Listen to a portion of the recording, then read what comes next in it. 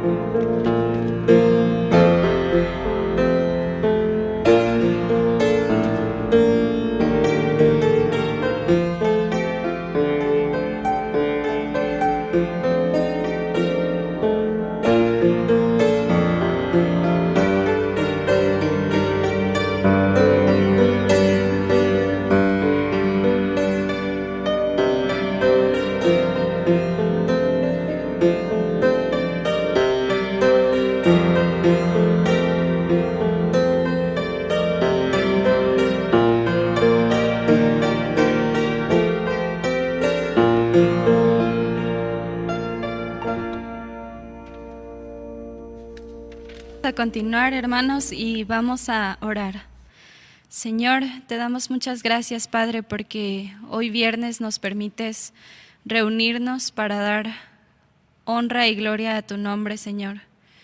Te damos gracias por tu Hijo Jesucristo y gracias, Señor, porque lo enviaste para salvarnos, porque solo tú, Padre Santo, podías hacerlo y te damos gracias por eso y gracias porque tú nos has dejado tu palabra para que escudriñemos y para que nosotros a través de ella nuestra fe aumente, Señor, y te rogamos que en ese día podamos alabarte y podamos glorificarte a través de los cantos, a través de la oración, a través de la lectura de tu palabra, Señor, y que nuestra adoración sea a ti grata, Padre Santo.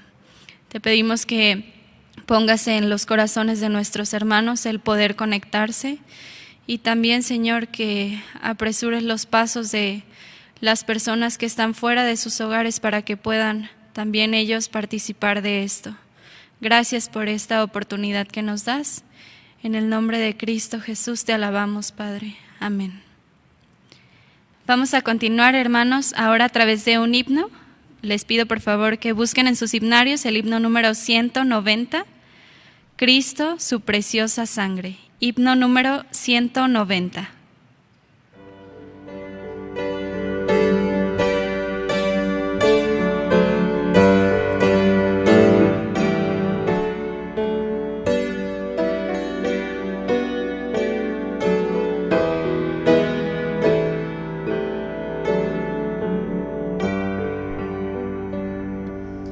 Cristo, su preciosa sangre en Calvario.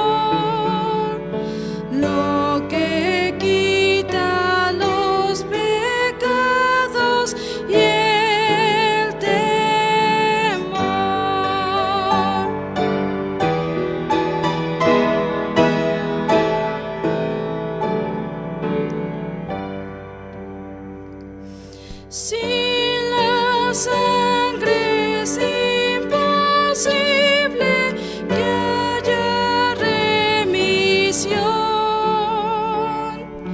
Por las obras no se alcanza salvación.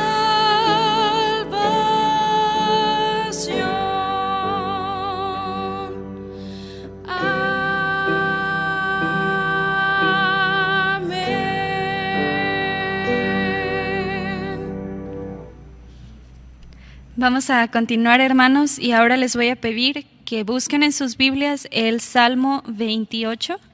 Vamos a leer 4 versículos de este Salmo, el Salmo número 28, y vamos a leer de los versículos del 6 al 9. Salmo 28, versículos del 6 al 9, y les voy a pedir que junto conmigo leamos este pasaje. Salmo 28, del 6 al 9. Dice: Bendito sea Jehová, que oyó la voz de mis ruegos. Jehová es mi fortaleza y mi escudo. En él confió mi corazón y fui ayudado, por lo que se gozó mi corazón y con mi cántico le alabaré. Jehová es la fortaleza de su pueblo y el refugio salvador de su ungido. Salva a tu pueblo y bendice a tu heredad, y pastoréales y susténtales para siempre. Gracias a Dios por su palabra, y vamos a continuar con otro himno. Les pido que busquen el himno 165, Firmes y Adelante. Himno 165.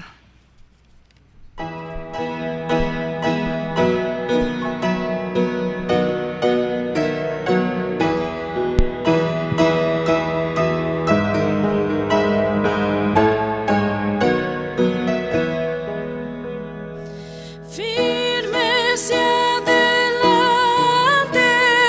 huestes de la fe, sin temor alguno, que Jesús nos ve, jefe soberano, Cristo al frente va, y la regia enseña, tremolando está. Firmes y adelante, huestes de la fe, sin temor alguno, que Jesús nos ve. Al sagrado nombre de nuestro Aladid, tiembla el enemigo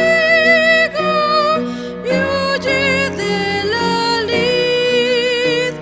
Nuestra es la victoria, dada a Dios loor, y oiga al vernos lleno de pavor. Firmes y adelante, huestes en la fe, sin temor alguno, que Jesús nos ve. Muévese potente la iglesia de Dios, de los ya gloriosos marchamos en pos. Somos solo un cuerpo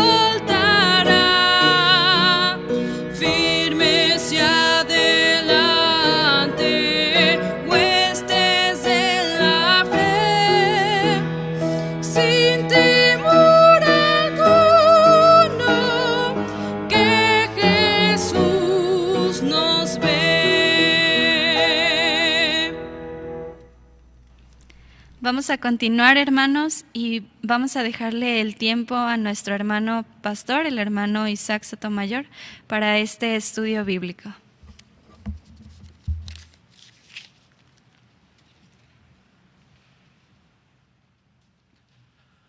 Buenas tardes, hermanos, nuevamente. Qué gusto de saludarles a través de estos medios. Y les saludo a los hermanos que en otros estados también han estado participando de estas transmisiones. Algunas veces me ha llegado algún mensaje de hermanos que están en otros lugares y realmente me llama la atención que tengan ese deseo, y doy gracias a Dios por ello, de participar con la Primera Iglesia Bautista en los estudios bíblicos. Pues estamos estudiando Hebreos capítulo número 10 y leímos hace 8 días los primeros 9 versículos. Así que hoy hemos de meditar del versículo número 10 al versículo número 25. Pero para ello entonces necesito que leamos solamente ahorita los versículos 23, 24 y 25. Que lo leo, hermanos. Búsquenlo en su hogar. Hebreos capítulo número 10, 23 al 25. Y ojalá tenga por ahí un lapicito donde apuntar, tomar notas y después, si tiene preguntas, enviarlas. Dice Hebreos capítulo 10, 23 en adelante. Mantengamos firme sin fluctuar la profesión de nuestra esperanza, porque fiel es el que prometió. Y considerémonos unos a otros para estimularnos al amor y a las buenas obras, no dejando de congregarnos, como algunos tienen por costumbre, sino exhortándonos, y tanto más cuanto veis que aquel día se acerca. El 23, enfáticamente, hermanos, mantengamos firme sin fluctuar la profesión de nuestra esperanza, porque fiel es el que prometió. Hagamos oración. Una vez más, Señor, te doy muchas gracias porque nos permites en libertad abrir nuestras Biblias en casa. Gracias por los que están alrededor de nosotros. Gracias por la familia. Gracias, Señor, porque de manera particular también podemos estudiar la Escritura y sabemos que bajo la luz de tu Espíritu Santo podemos encontrar la verdad que tú quieres mostrarnos. Haznos crecer en la Escritura, haznos crecer en la gracia, haznos crecer, Señor, en el conocimiento tuyo, de tu obra y de tu voluntad, para el gozo de nuestra vida, pero también, Señor, para gloria tuya y para que podamos compartir tu palabra con aquellos que, como nosotros, tanto la necesitan. Sé en cada hogar, Señor, y sé con los que estamos aquí en este templo. En nombre de Cristo te lo ruego. Amén. ¿Por qué? Es una pregunta que pudiera hacerles. ¿Por qué se les exhorta a los hebreos, a los que reciben la carta, que se mantengan firmes sin fluctuar? Y ustedes bien saben por qué ellos estaban fluctuando, estaban volviendo su rostro a la ley. Así que una exhortación más. Hemos visto a lo largo del estudio de los Hebreos que Hebreos regularmente es una y otra exhortación. Como ya muchas veces les he dicho que en el capítulo número 13, al final, casi al final, dice el versículo 22. Os ruego, hermanos, que soportéis la palabra de exhortación, pues he escrito brevemente. Imagínense, hermanos, este autor dice, brevemente les he escrito, pero tiene una y otra exhortación a que sigan adelante. Y en esta ocasión, en este capítulo, dice, mantengamos firmes sin fluctuar la profesión de nuestra esperanza. Y les da una razón, porque fiel es el que prometió. El Dios que ellos conocen es fiel. El Dios que ellos conocen es verdadero. El Dios que ellos conocen es el mismo para siempre. Eso implica fidelidad. Y en la obra redentora del hombre y en el plan que tiene para su pueblo, Israel, que llegue al conocimiento del Hijo de Dios y a la salvación, no por la ley, sino por la gracia, y también en el propósito que tiene para los gentiles, y de los dos hacer un mismo pueblo, dice, Él es fiel. Él se mantiene fiel en su propósito. Dios hizo una promesa y la hemos visto en el versículo 16 y 17, que a la letra dice: este es el pacto que haré con ellos. Después de aquellos días, dice el Señor, pondré mis leyes en sus corazones y en sus mentes las escribiré. Y añade: nunca más me acordaré de sus pecados y transgresiones. Él es fiel, y estas promesas son fieles y verdaderas, son dignas de toda nuestra confianza. Así que con estas promesas y otras más que vienen en la carta, les exhorta: mantengámonos firmes y sin fluctuar la buena profesión o la profesión de fe, la profesión de nuestra esperanza, nuestra fe en el Señor Jesucristo y en la esperanza que Él da al creyente. Dios es fiel, hermanos, y por ello debemos de mantenernos sin fluctuar. Y como vemos esa fidelidad en este capítulo 9, lo vemos en el versículo número 10 y 14. ¿Cómo puede Él librarnos de nuestros pecados y nunca más acordarse de ellos? La respuesta está en el 10. Dice: en esa voluntad somos santificados mediante la ofrenda del cuerpo de Jesucristo, hecha una vez y para siempre. Una vez para siempre. Y 14. Porque con una sola ofrenda hizo perfectos para siempre a los santificados. La ofrenda es el cuerpo de nuestro Señor Jesucristo, el mismo Hijo de Dios, que fue entregado por nosotros. Esa es la ofrenda, y con una sola ofrenda santifica y perfecciona. El apóstol Pedro dice, si me hace favor, en Primera de Pedro capítulo 2, 24, ahora están aquí en el templo Megan, también Ángel, que no lo pueden ver, pero él vino a ayudarnos en las cámaras el día de hoy. Y por favor, Sarita, ¿quiere leer Primera de Pedro capítulo 2, versículo 24? Sí, dice: porque toda carne es como hierba, y toda la gloria del hombre como flor de la hierba. La hierba se seca y la flor se cae. Entonces la cita que tengo es... Leí Primera de Pedro 1:24. 2:24. 2:24, perdón. Quien llevó él mismo nuestros pecados en su cuerpo sobre el madero, para que nosotros, estando muertos a los pecados, vivamos a la justicia, y por cuya herida fuisteis sanados. Gracias. Hebreos capítulo 10, versículo 10 dice: en esa voluntad somos santificados mediante la ofrenda del cuerpo de Jesucristo. Y en la lectura que hizo nuestra hermana de Primera de Pedro 2:24 dice: quien llevó él mismo nuestros pecados en su cuerpo sobre el madero. Esa es la ofrenda que nuestro Señor presentó, su mismo cuerpo, habido cumplido todo lo que la ley estipulaba y habiendo vivido sin falta delante de Él sin pecado, como también afirma la carta a los Hebreos. Entonces entrega su cuerpo como ofrenda para santificar. En esa voluntad somos santificados. Algunos afirman que el Señor Jesús fue el que murió. Ya les había dicho anteriormente. Algunos hombres dicen que el Señor Jesús, el hombre histórico, aquel que nació en Belén, fue el que muere, pero no muere el Señor Jesucristo.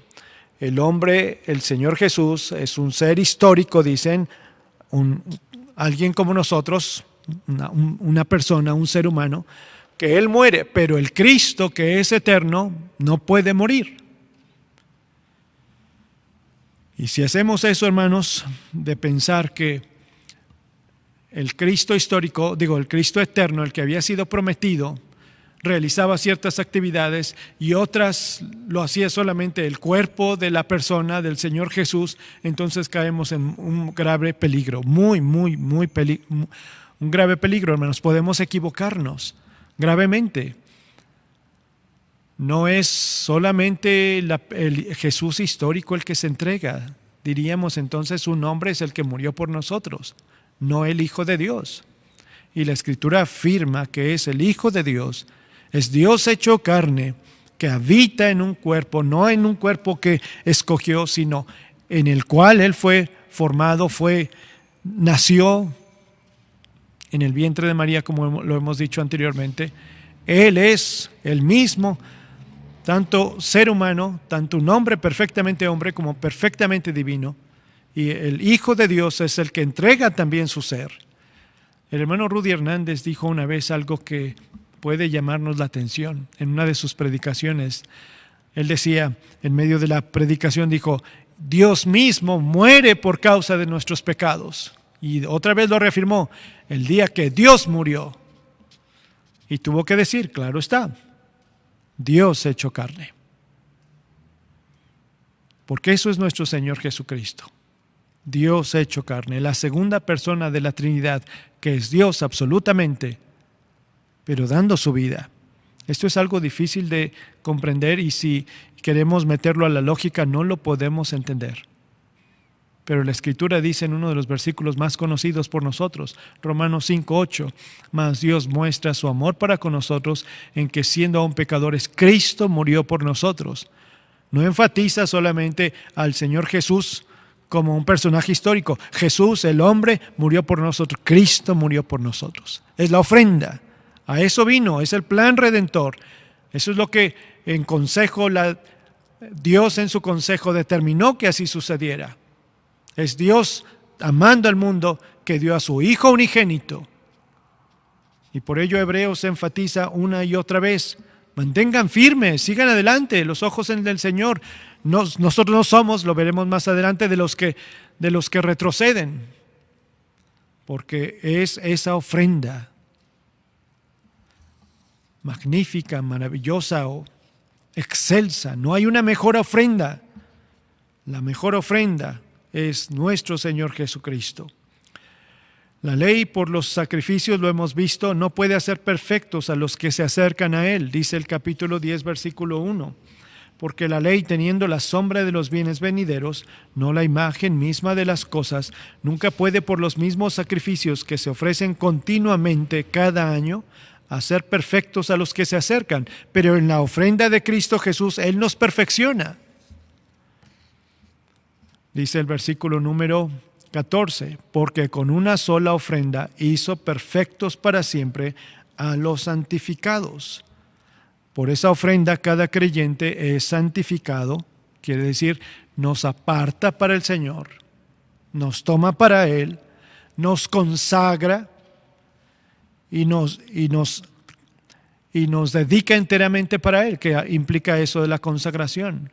Nos toma del mundo, Señor, no son del mundo, porque nos sacó de allí, eso es, nos aparta del mundo, pero nos aparta o nos consagra para el Señor, no son del mundo, como tampoco yo soy del mundo, dice el Señor. Así que con una sola ofrenda santifica, dice el versículo que acabo de leer, pero también los hace perfectos. Con una sola ofrenda hizo perfectos para siempre a los santificados. La santificación, como la salvación del pecado, alcanza 3 niveles que quiero que vean en su pantalla. El primero es la santificación posicional. El creyente es apartado para estar presente ante Dios. En posición, nos toma del mundo y ahora nos pone frente o nos lleva delante de Dios. Es posicional la santificación. Número 2, la santificación es experimental, que con la intervención del Espíritu Santo, el creyente puede vivir una vida libre, en experiencia propia, del poder y de la influencia del pecado. Sí, en la ofrenda de Cristo nos aparta para el Padre, pero por la obra del Espíritu Santo también capacita y da poder para que vivamos conforme a su voluntad, apartándonos del pecado, en libertad del pecado y para vivir una vida en santificación. Y número 3, también es la santificación final, que será cuando el creyente viva sin pecado en plenitud de santidad en la presencia del Señor. Así que esta santificación que hace con su sola ofrenda es posicional, es experimental y es final. Como bien sabemos también cuando hablamos de que la sangre de Cristo nos limpia de todo pecado, nos limpia del pecado pasado, de la condena del pecado, nos da la fuerza para vencer el pecado y nos lleva a la eternidad donde no tendremos relación con el pecado. Esto implica lo mismo con la santificación. En una sola ofrenda hizo perfectos para siempre a los santificados. Pero llama la atención, hermanos, que el versículo 14 utiliza el término perfeccionar o perfecciona. Con una sola ofrenda hizo perfectos para siempre. Así que entonces, Daniel, ¿eres perfecto? Tenemos pues esa cualidad pues que podemos llegar a ser perfectibles, pero solamente por Dios. O sea, perfectos en sí nosotros no. Muy bien, tú no eres perfecto entonces. No. ¿Vania? ¿No? No, pero podemos ser perfeccionados. Ok, es lo mismo que dijo Dani. Megan, ¿eres perfecta? No. Dos dicen lo mismo, podemos ser perfeccionados, y dos dicen definitivamente no. No hablamos de eso. Perfeccionar delante de Dios implica que no acusa más de responsabilidad penal en cuanto al pecado. Ya no hay acusación.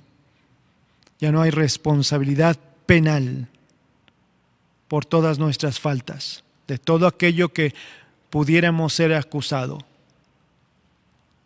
Y porque no hay más faltas delante de Él, y si no hay más faltas, no hay pena que aplicar.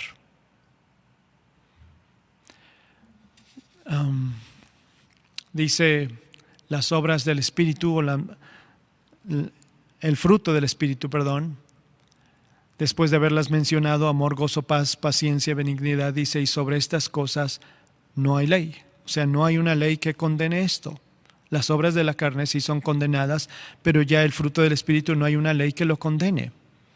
¿Y por qué afirma que con una sola ofrenda hizo perfectos a los santificados? En Cristo Jesús, reitero, en Cristo Jesús somos perfeccionados delante de Dios. Lo vuelvo a leer, lo que está en sus pantallas. Implica que no acusa más de responsabilidad penal en cuanto al pecado. ¿Por qué? ¿Por qué no nos acusa más de la responsabilidad? Porque fuimos justificados. Y porque esa responsabilidad penal y el castigo fue sobre Él, sobre nuestro Señor Jesucristo. La ira de Dios, podemos decirlo así, cae sobre la persona del Señor Jesucristo estando en la cruz. Todo lo que debería de derramar sobre la vida de toda la humanidad, la condena de cada hombre, recae en el Señor Jesucristo, y entonces delante de Él nos ve limpios, nos ve perfectos, judicialmente hablando. Sí, Dani, Megan y Vania dijeron, ciertamente no somos perfectos, definitivamente no. Pero en Cristo Jesús, por su ofrenda, por su vida, por su entrega, por su sacrificio, no hay más que acusar. Así que delante de Él, perfectos en Cristo Jesús. Justificados no de manera moral, pero sí de manera legal. Hacer perfectos a los santificados también puede implicar que con una sola ofrenda consumó todo lo que era necesario hacer para santificar a los creyentes. Con una sola ofrenda, fue la ofrenda perfecta y consuma la obra de redención de todos los hombres. Por ello dice el versículo número 17, y añade, y nunca más me acordaré de sus pecados y transgresiones. No más se acuerda. Nos ha perfeccionado en Cristo Jesús, así que no se acuerda más de nuestros pecados y de nuestras imperfecciones. 2, hablando acerca de mantengamos firme sin fluctuar la profesión de nuestra esperanza, porque fiel es el que prometió, es porque con una sola ofrenda, la ofrenda del Señor Jesucristo, perfecciona y santifica. Y por una sola ofrenda, Él también, y su resurrección, dice el versículo 12, Él se ha sentado a la diestra de Dios. Leo el versículo 12. Pero Cristo, habiendo ofrecido una vez para siempre un solo sacrificio por los pecados, se ha sentado a la diestra de Dios. Mantengamos firmes sin fluctuar. Él está sentado a la diestra de Dios. Y además así lo profetizó el mismo Señor. Cuando fue tomado preso, lo llevaron a la casa del sumo sacerdote, Caifás, donde fue interrogado por él y por otros más en el concilio. Y ahí el Señor Jesús afirma lo que está en Mateo 26, versículos 63 y 64. ¿Quiere leerlo, por favor, Megan? Mateo 26, 63 y 64. Mas Jesús callaba. Entonces el sumo sacerdote le dijo: Te conjuro por el Dios viviente que nos digas si tú eres tú el Cristo, el Hijo de Dios. Jesús le dijo: Tú has dicho, y además os digo que desde ahora veréis al Hijo del Hombre sentado a la diestra del poder de Dios y viviendo en las nubes del cielo. Muy bien, y viniendo. Fíjense lo que afirma. Hay un versículo más. Es Marcos 16, 19. Ya cuando Marcos está concluyendo, por favor lo lee Vania. Marcos 16, 19. Y el Señor, después que les habló, fue recibido arriba en el cielo y se sentó a la diestra de Dios. Gracias. Entonces, el Señor Jesús lo afirma ante el concilio. Además os digo que desde ahora veréis al Hijo del Hombre sentado a la diestra del poder de Dios. Lo veréis, dice. Y Marcos, al finalizar el Evangelio, dice: después de que habló, fue recibido arriba en el cielo. Y hay otros más versículos, hermanos, que ustedes saben bien, y el que me viene a la memoria ahorita es Esteban, cuando está siendo apedreado, dice eso en oración: he aquí veo al Hijo de Dios sentado a la diestra. Y esa es el Señor Jesús lo dijo antes de su muerte, y después es afirmado por Marcos después de su resurrección, y después de su ascensión es afirmado por Esteban y enseñado esto en las cartas paulinas. El Señor no solo murió, no solo resucitó, no solo ascendió delante del Padre, sino que le fue dado el lugar máximo de honor. ¿Y aquí otro sacerdote puede dársele eso? A ninguno. No hay ningún otro sacerdote que haya que haya hecho eso. Por ello, una y otra vez, como hemos visto a lo largo de Hebreos, Él es el gran sumo sacerdote. Y si el Señor está sentado a la diestra de Dios y ha de retornar, jamás nunca será avergonzado, jamás nunca será humillado ni despreciado. Ahora Él será exaltado en su venida. Bien sabemos, Filipenses, delante de Él toda rodilla se doblará, absolutamente todo, toda la creación doblará su rodilla delante de Él y honrará al Señor. No habrá ninguno, ni ángeles, ni ningún hombre que no se postre delante de Él o doblegue la rodilla y reconozca que Jesucristo es el Señor. Así que mantengámonos firmes sin fluctuar por la sola ofrenda y porque Él está sentado a la diestra de Dios, y sabemos bien qué hace a la diestra de Dios. ¿Qué está haciendo a la diestra de Dios? Así, sin voltear la cámara. Chicos, ¿qué hace a la diestra de Dios? No hay. Intercede por nosotros. Dice eso la Escritura. Intercede por nosotros.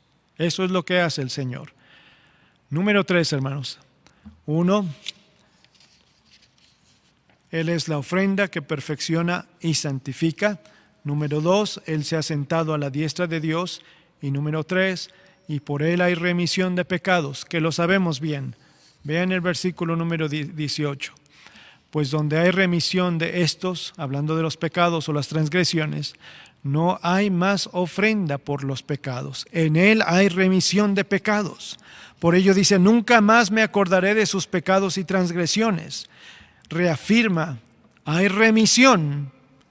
¿Y qué es remisión? No hay más memoria del pecado para ser juzgado.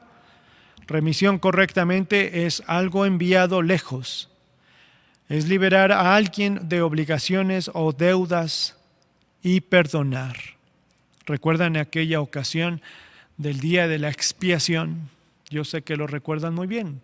2 machos cabríos, uno para Jehová y otro para Azazel.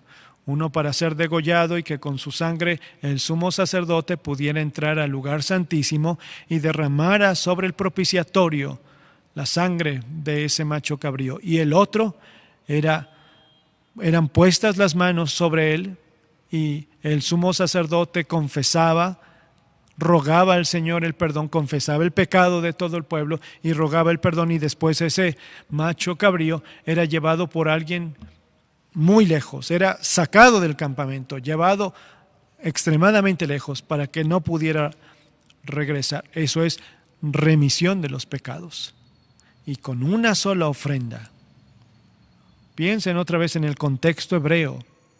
No es necesario más otro sacrificio, que lo hacían todos los días, que lo hacían en expiación una vez al año y que lo hacían de otros muchos sacrificios. Y ahora la enseñanza es no más sacrificios. Con una sola ofrenda hay remisión.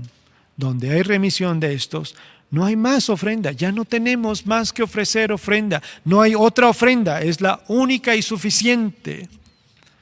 El mismo Señor Jesucristo dijo al instaurar la cena en su nombre, en Mateo 26, 28. ¿Quién no ha leído de los cuatro? Daniel, por favor. 26, 28. 28 dice: porque esto es mi sangre del nuevo pacto, que por muchos es derramada para remisión de los pecados. Gracias.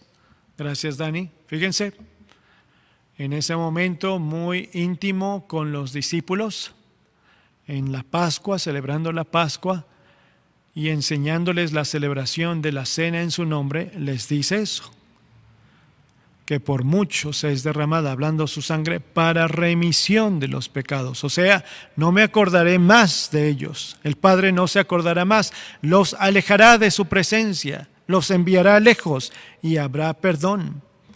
Esto tiene un antecedente muy importante, hermanos, que debemos de saber en el Antiguo Testamento, en el Pentateuco. Había un año, el año de la remisión, o el año del perdón de las deudas, o se le llamaba el año sabático. Ustedes saben, la tierra podía ser sembrada los primeros 6 años, y en el 7º año la tierra reposaba. A eso se le llamaba el año sabático. Ahora algunas personas, los que pueden, toman un año sabático en su vida. Después de estudiar, entonces se toman un año. Regularmente son con los jóvenes. No se puede un adulto que sostiene una familia, a menos que tenga un buen ahorro, donde no trabaje por un año y pueda sustentar a su familia por un año, entonces se toma un año sabático. Claro que sí hay personas que pueden tomárselo, pero así se le llama, un año de reposo. Les dije hace mucho tiempo que a mí me sorprendía ver algunas veces en el Ejército de Salvación, en la casa hogar del Ejército de Salvación, que venían jóvenes de Inglaterra para tener aquí unos meses de servicio en la casa hogar, ayudando a los directores en el cuidado de los niños. Y al preguntarles por qué estaban allí, me decían: es que tengo un año sabático. Después de haber cursado lo que nosotros llamamos primaria, secundaria y preparatoria, ellos al terminar la preparatoria tomaban un año sabático. Pero una de las características era que tenía que estar algunos meses en la casa hogar y otros meses entonces ya eran para vacaciones, para que conociera todo el país. Imagínense el sustento económico para un joven de un año que todo el año esté de vacaciones. Pues son las posibilidades de esos países, pero se tomaban un año sabático. Y volviendo al Pentateuco, en ese año sabático, hermanos, no solamente descansaba la tierra, sino que también eran perdonadas todas las deudas. Busquen en su Biblia Deuteronomio capítulo 15, versículo 1 y 2. Deuteronomio 15, 1 y 2.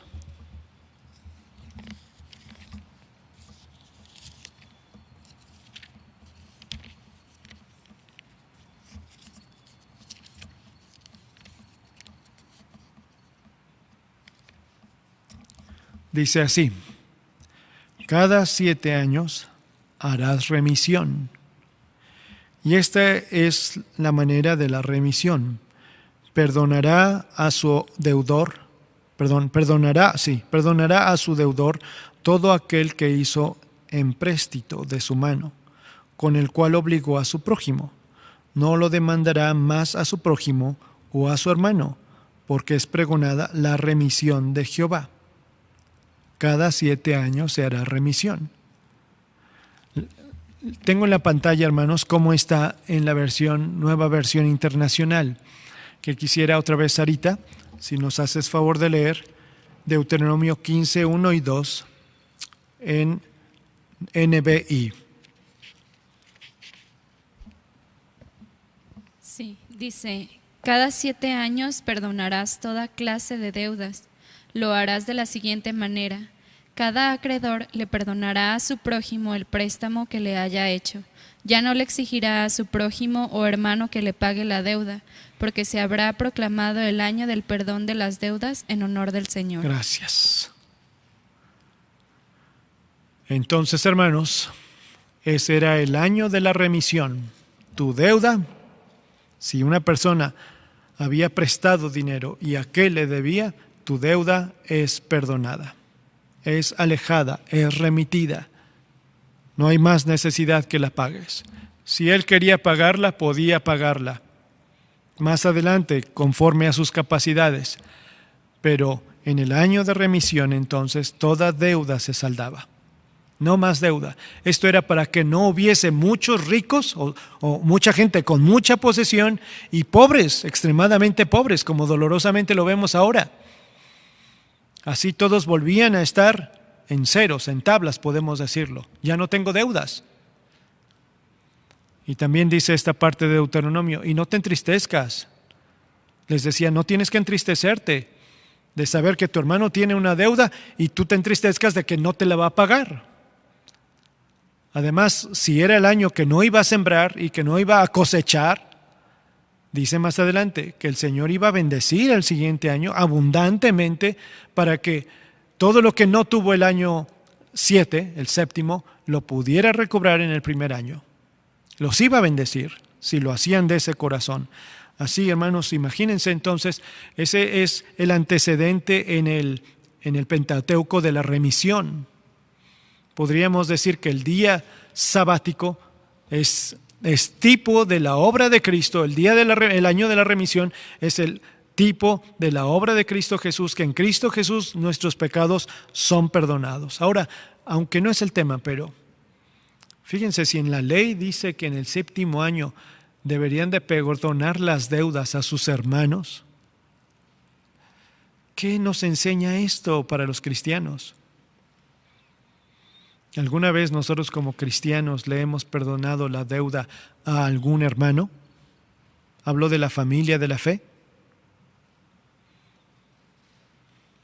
Y más cuando definitivamente no puede pagar, o iríamos a los tribunales.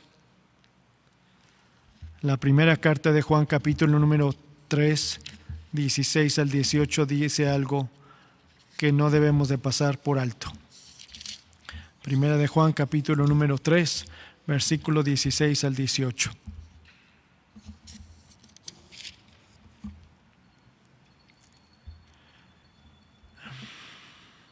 En esto hemos conocido el amor, en que Él puso su vida por nosotros. También nosotros debemos poner nuestras vidas por los hermanos. Pero el que tiene bienes de este mundo y ve a su hermano tener necesidad y cierra contra él su corazón, ¿cómo mora el amor de Dios en él? Hijitos míos, no amemos de palabra ni de lengua, sino de hecho y en verdad. Pero el que tiene bienes de este mundo y ve a su hermano tener necesidad y cierra contra él su corazón, no dice, y cierra contra él su bolsillo, su monedero, sino su corazón. Entonces hace la pregunta, ¿cómo mora el amor de Dios en él? Y no quiere decir que implementemos en la iglesia el año sabático, para que nos pidamos prestados los primeros 6 años y el 7º, no, pues es año sabático, lo siento. No, pero habla de el amor y la caridad que debemos de tener. Así que en la ofrenda de Cristo Jesús hay remisión. Y también, número 4, en Cristo Jesús, en Él tenemos libertad para entrar en el lugar santísimo. Lo que jamás podía suceder, hermanos, en la vida de la inmensa mayoría de los israelitas. Jamás podían entrar en el lugar santísimo. Ahora, por la sangre de Cristo, es posible. Él abrió un camino nuevo, no existía, recién hecho, acabado de hacer por la sangre de Jesucristo. Versículos 19 y 20 de Hebreos 10. Así que, hermanos, teniendo libertad para entrar en el lugar santísimo por la sangre de Jesucristo, por el camino nuevo y vivo que Él nos abrió a través del velo, esto es de su carne. Tenemos ya el camino abierto a través, hermanos, de su carne. Él nos abrió a través del velo, esto es de su carne. Quiero llamarles la atención a esto, hermanos, que vamos a leer en la pantalla y léalo detenidamente. Esto de que Él abrió un camino nuevo que no existía.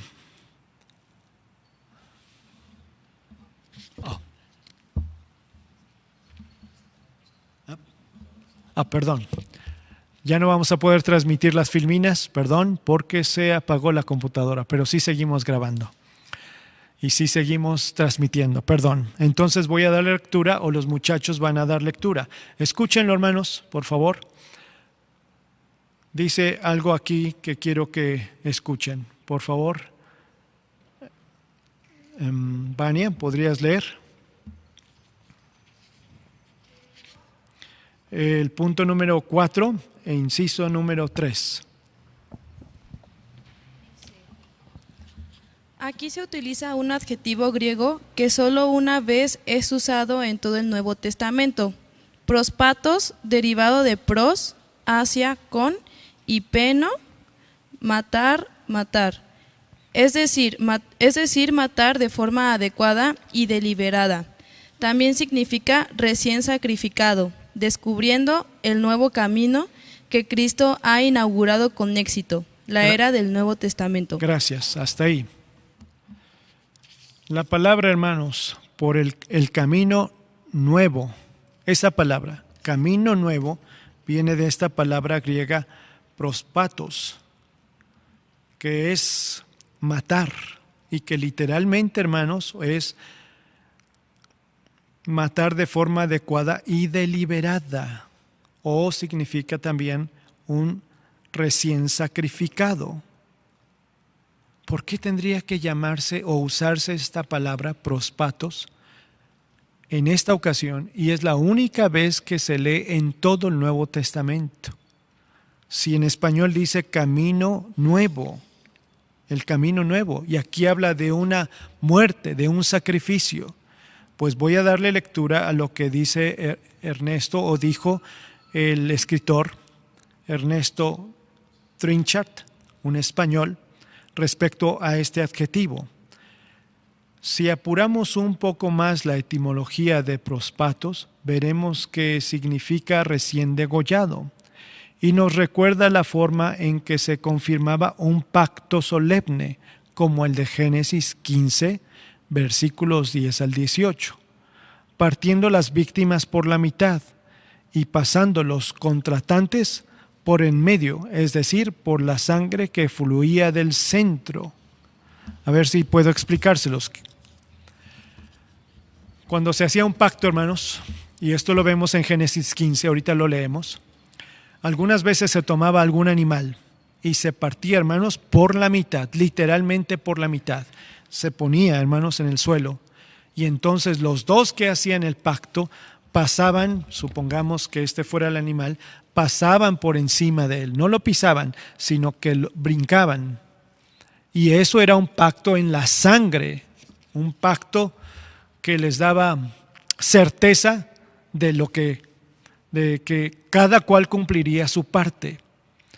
En Génesis 15 se nos dice que Abraham partió varios animales así. Véanlo, por favor. Génesis capítulo 15, versículos 10 al 18.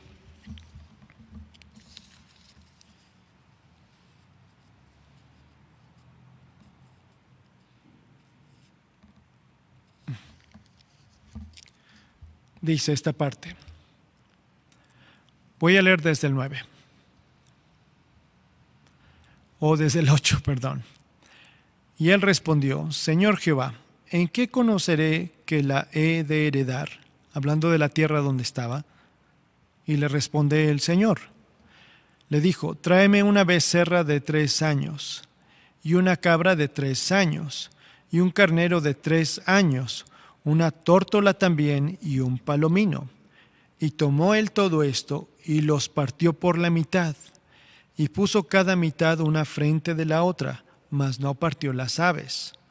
Y descendían las aves de rapiña sobre los cuerpos muertos, y Abraham las ahuyentaba. Mas a la caída del sol sobrecogió el sueño a Abraham, y he aquí que el temor de una grande oscuridad cayó sobre él. Entonces Jehová dijo a Abraham: ten por cierto que tu descendencia morará en tierra ajena, y será esclava allí, y será oprimida 400 años. Mas también a la nación a la cual servirán juzgaré yo, y después de esto saldrán con gran riqueza. Y tú vendrás a tus padres en paz, y serás sepultado en buena vejez. Y en la 4ª generación volverán acá, porque aún no ha llegado a su colmo la maldad del amorreo hasta aquí. Y sucedió que puesto el sol, y ya oscurecido, se veía un horno humeando, y una antorcha de fuego que pasaba por entre los animales divididos. En aquel día hizo Jehová un pacto con Abraham, diciendo: a tu descendencia daré esta tierra, desde el río de Egipto hasta el río grande, el río Éufrates. Y sigue adelante. Fíjense cuántas cosas. Dios le dice: tráeme una becerra, tráeme una becerra, una cabra y un carnero, los 3 de 3 años, y pártelos, además de la tórtola y el palomino. Y lo hace. Y después le dice que su descendencia va a Egipto y retornará con riqueza, y porque todavía no ha llegado el colmo, la maldad de los cananeos, pero que conquistarían esa tierra. Pero el punto a donde quiero que vean o que lleguemos es que una antorcha de fuego pasaba por en medio de los animales. Lo que les decía un momento, un animal partido por la mitad, y entonces en un pacto las 2 personas pasaban por en medio. Y aquí significa que nuestro Dios hizo ese pacto pasando por el medio de esos animales sacrificados o muertos. Y eso implica el griego próspatos, con un sacrificio muy reciente, muy nuevo. Dios hace un pacto. No es el sacrificio de un animal, sino es el sacrificio de su Hijo. Y ese es el camino nuevo y vivo. Y cuando nosotros creímos en Cristo Jesús, cuando el Espíritu Santo nos llevó a entregar nuestra vida y pedir perdón, nosotros, no literalmente, hermanos, sino simbólicamente, pensando en este pacto, también pasamos, hermanos, por esa sangre y fuimos limpiados e hicimos pacto con el Señor. Me ha llamado mucho la atención, hermanos. Además dice: un camino nuevo y vivo. Cristo Jesús vive y permanece para siempre. No es el sacrificio de los animales que jamás volvían a vivir y pues muertos, hermanos, sino un sacrificio nuevo y vivo. Un camino viviente. Y tenemos libertad, dice, para entrar, porque el camino es franco para todos. Podemos tener confianza de acceder ahí. En el antiguo pacto no se les permitía entrar, no tenían esa confianza de hacerlo. Es más, si alguien entraba al lugar santísimo, entraba con miedo de morir allí. No solamente el temor de respeto, sino miedo. Y por su sangre, por su carne, que es el velo, su carne, nos hizo entrar o hizo el pacto con nosotros. Esto es exactamente lo que el Señor Jesús le dijo a Felipe. Espero que lo recuerden bien. Yo soy el camino y la verdad y la vida. Ese es el camino nuevo. Por ello todo creyente es invitado a entrar. Versículo 22. Acerquémonos con corazón sincero, en plena certidumbre de fe, purificados los corazones de mala conciencia y lavados los cuerpos con agua viva. Acerquémonos, dice, estamos invitados o nos está exhortando. Tenemos un Dios fiel, tenemos un solo sacrificio, nos exhorta, mantente firme sin fluctuar por todo lo que hemos dicho y nos dice, acerquémonos. Pero los requisitos, hermanos, están claros en ese versículo número 22. Con corazón sincero, un corazón genuino, auténtico y verdadero, un corazón que nada oculta, que equivale a un corazón limpio, como dice Salmo 24, 3 al 4. ¿Quién subirá al monte de Jehová? ¿Y quién estará en su lugar santo? El limpio de manos y puro de corazón, el que no ha elevado su alma a cosas vanas, ni jurado con engaño. Pero cuidado, hermanos, con acercarnos con un corazón falso. Isaías 29, 13. Por favor, Megan, ¿lo puedes leer? Isaías 29, 13. Dice pues el Señor, porque este pueblo se acerca a mí con su boca y con sus labios me honra, pero su corazón está lejos de mí y su temor de mí no es más que un mandamiento de hombres que les ha sido engañado. Gracias, enseñado, sí. Y esas son las mismas palabras que el Señor Jesús dijo. Este pueblo de labios me honra, pero su corazón está lejos de mí. Aquí nos dice acerquémonos, pero con un corazón sincero. Añade, en plena certidumbre de fe, es decir, firmemente convencidos, en plena certeza, en la eficacia del sacrificio de Cristo, de la obra del Espíritu Santo, en la vida de cada creyente, al impartirle tal confianza que los mantiene firmes, porque Él nos mantiene firmes. Manténganse firmes, sin fluctuar. Acerquémonos, pero mantengámonos firmes. Además añade, purificados los corazones de mala conciencia. Si ven Hebreos capítulo 10, versículo 2, dice, de otra manera cesarían de ofrecerse pues los que tributan este culto. Limpios una vez no tendrían ya más conciencia de pecado. Quiere decir que por más sacrificios que hacían, su conciencia estaba todavía taladrándoles de sus pecados. Pero en el sacrificio de Cristo, en la fidelidad de Dios y en la exhortación de que nos acerquemos y que nos mantengamos firmes, dice, podemos estar con limpia conciencia. Y no significa que no nos acordemos de nuestro pecado, sino que aún la obra de Cristo Jesús y la obra del Espíritu Santo da paz en nuestra conciencia. Eso es tan importante, hermanos, que la obra del Espíritu Santo en nuestro ser puede dar paz en nuestra conciencia. Hay personas que no duermen, hermanos, porque sus conciencias les acusan y no descansan. Pero en Cristo Jesús, por su sacrificio, podemos descansar de mala conciencia. Y añade un punto 4, lavados los cuerpos con agua pura. Y eso hace referencia a Levíticos 8:6, donde los sacerdotes en el día de su consagración eran lavados completamente para poder servir al Señor.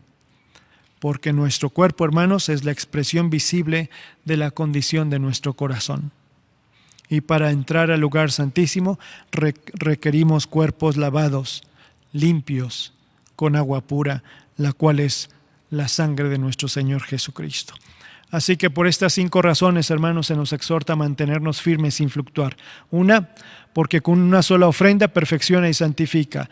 2, porque se ha sentado a la diestra de Dios. 3, porque en Él hay remisión de pecados. 4, porque tenemos libertad de entrar en el lugar santísimo. Y 5, porque podemos acercarnos con libertad y con confianza. Concluyamos, hermanos. Hebreos capítulo 10, versículo 24. Y considerémonos unos a otros para estimularnos al amor y a las buenas obras. Y 25. No dejando de congregarnos, como algunos tienen por costumbre, sino exhortándonos, y tanto más cuanto veis que aquel día se acerca. Así que considerémonos unos a otros y estimulémonos a las buenas obras, al amor y a las buenas obras. Y cuando otra vez este templo se abra, no dejemos de congregarnos. Yo me imagino, hermanos, que muchos, como su servidor y los que estamos aquí, ya quisiéramos congregarnos. Pero ¿cuántos antes del COVID, cuántos antes de esta pandemia, ya no se congregaban? Y si se congregaban eran, pues porque era domingo, pero no con un corazón sincero. Pues que esta experiencia nos haga valorar todo lo que hemos perdido respecto a la asistencia de un templo o a de reunirnos, no dejarnos de congregarnos. Si tienen preguntas, hermanos, de todo esto, háganlas, por favor, y espero que se hayan quedado con algo en su corazón. Oremos. Padre, en el nombre de Cristo te doy muchas gracias porque nos permites leer esta parte de la Escritura y ver varios puntos, Señor, varios puntos de la obra de nuestro Señor Jesucristo. Te ruego que esta palabra de exhortación, tu Espíritu la guarde en nuestro corazón, mantengamos firmes sin fluctuar la profesión de nuestra esperanza, porque eres fiel, tú el que has prometido. Te lo ruego, Señor, y concede que nos estimulemos al amor y a las buenas obras, y cuando sea el tiempo, no dejemos de congregarnos. Bendice a las familias en sus hogares. Te lo suplico, en nombre de Cristo Jesús. Amén.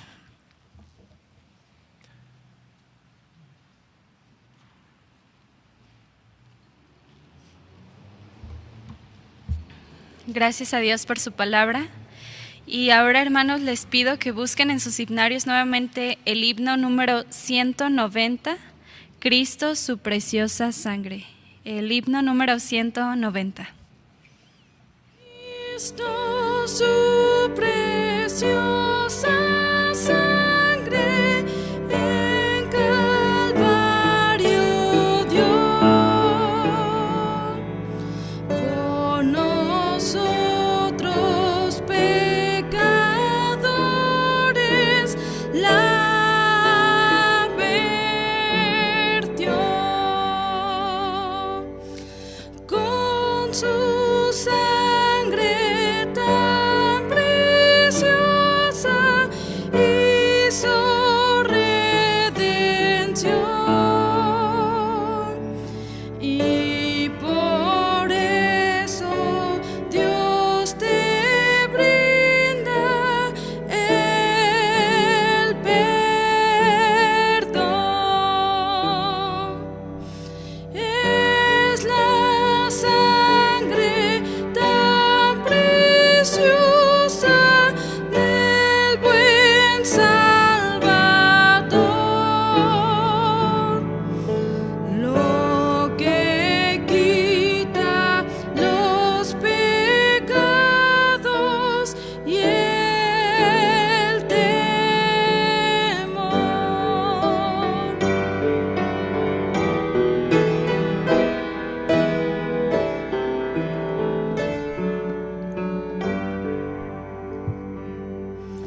Sin la sangre es imposible que haya remisión.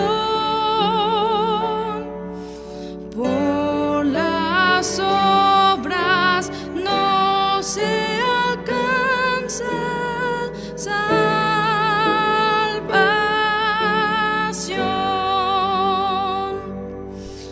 Con su sangre tan preciosa hizo redención, y por eso Dios te brinda el perdón.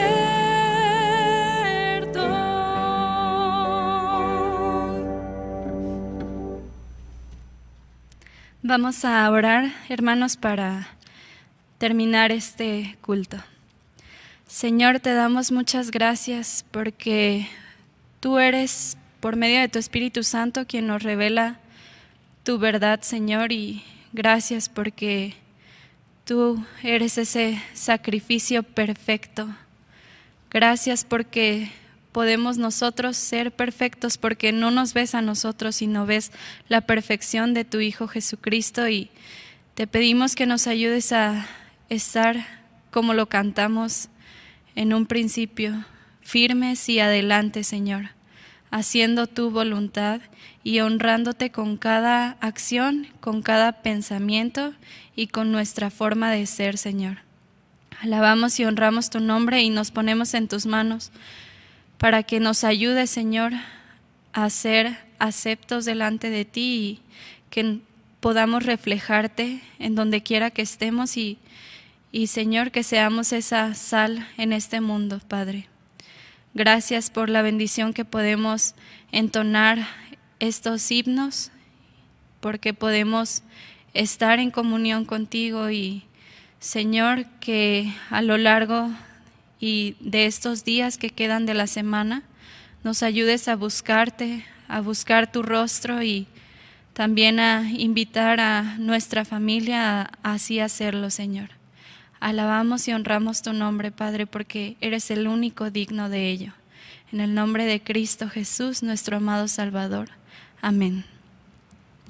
Y hermanos, para terminar, vamos a escuchar un postludio por nuestro hermano Daniel Ochoa. Y gracias por el día de hoy estar en esta transmisión. Que el Señor les bendiga.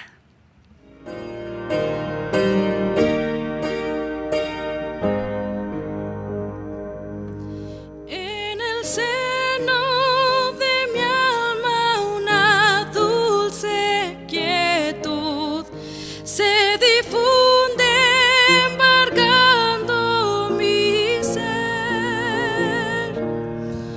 Una calma infinita que solo podrán los amados de Dios comprender. Paz, paz, cuán dulce paz es aquella que el Padre me da. Yo le ruego que inunde por siempre mi ser en sus ondas de amor celestial. Esta paz inefable consuelo me da, descansando tan solo en Jesús. Y ningunos peligros mi vida tendrá si me siento inundada en su luz. Paz, paz, cuán dulce paz es aquella que el Padre me da. Yo le ruego que inunde por siempre mi ser en sus ondas de amor celestial. Alma triste que en rudo conflicto te ves, sola y débil tu senda al seguir.